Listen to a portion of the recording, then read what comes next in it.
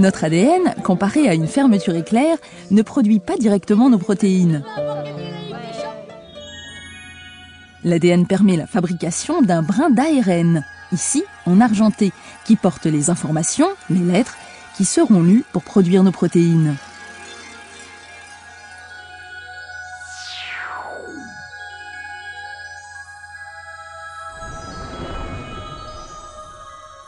Sur l'ARN, les exons sont les maillons essentiels à la fabrication des protéines.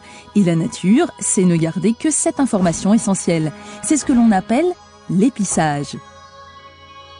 L'ARN se débarrasse de l'inutile et raccorde les exons, les maillons essentiels à la fabrication de nos protéines.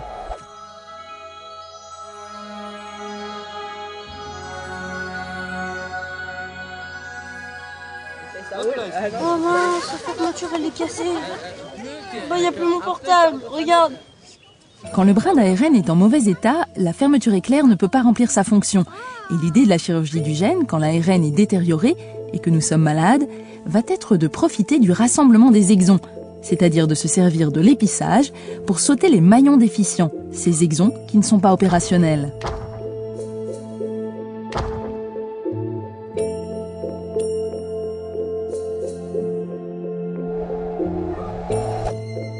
Bien sûr, la fermeture éclair est plus courte, mais au moins, elle va fonctionner.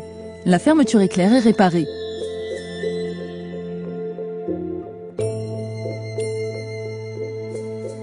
Ce saut des maillons déficients de l'ARN qui permet de rattraper la fonction de la fermeture éclair est ce que l'on appelle le saut d'exon.